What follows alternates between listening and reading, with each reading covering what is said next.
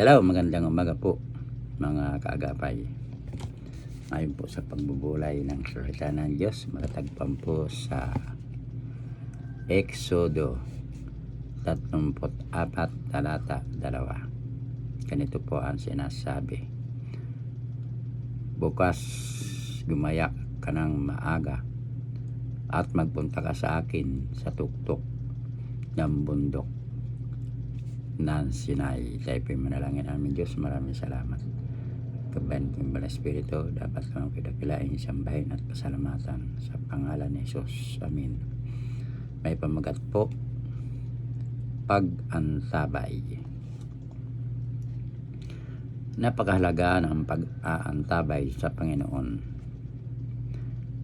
Sa pagmulat ng iyong mga mata sa umaga, manapa, nais kong bigyan ng diin na huwag tangkaing harapin ang araw hanggat hindi pa nakakaharap sa Panginoon.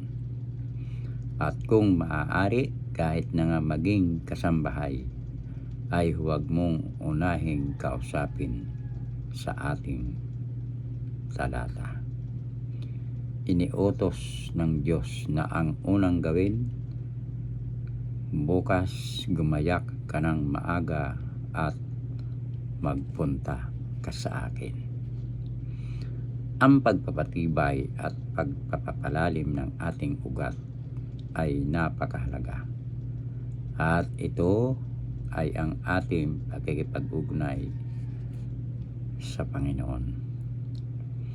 Narito ang patutuo ni Sir Matihel: sa oras nakaligtaan ko ang pananalangin at pagbabasa ng banal na kasulatan sa umaga. Tiyak na ang buong araw ko ay hindi nagiging maayos.